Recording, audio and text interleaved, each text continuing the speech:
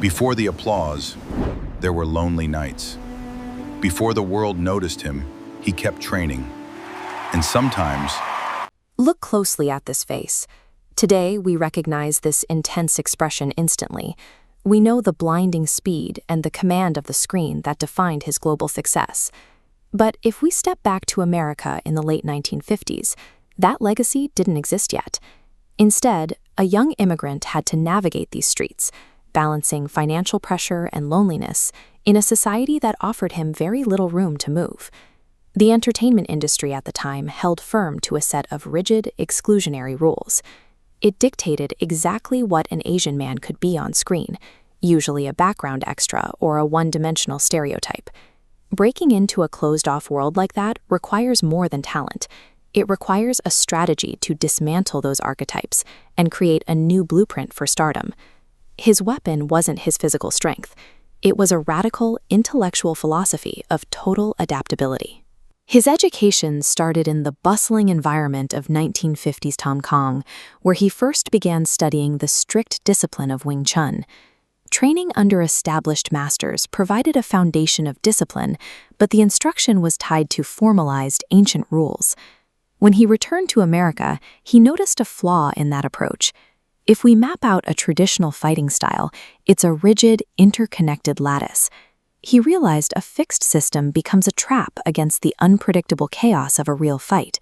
He stripped away the rules until his expression became fluid and responsive.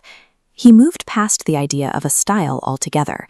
He learned how to deconstruct any system, identify its limits, and adapt to his advantage. As he began teaching in the United States, his philosophy evolved. Explaining these concepts to students forced him to articulate how a fighter remains fluid under pressure. That unprecedented speed eventually placed him under the assessing gaze of the television industry.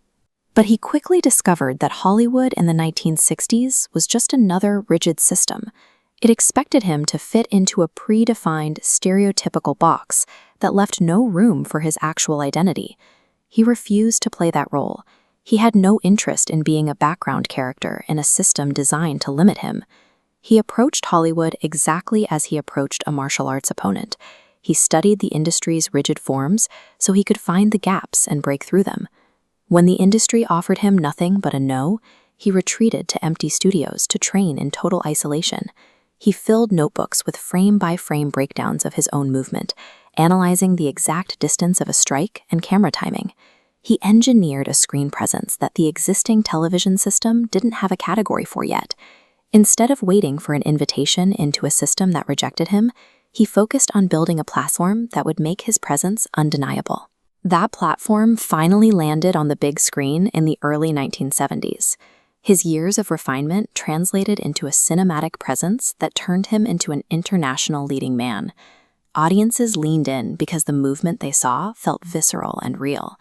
They were watching a performer who was no longer following a script of how he should behave.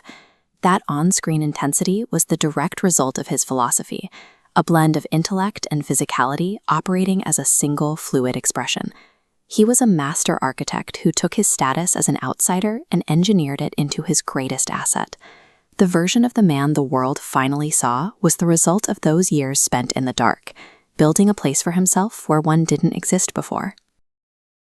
if Bruce Lee's journey inspired you, remember this: your lonely days may be building the person the world will one day remember.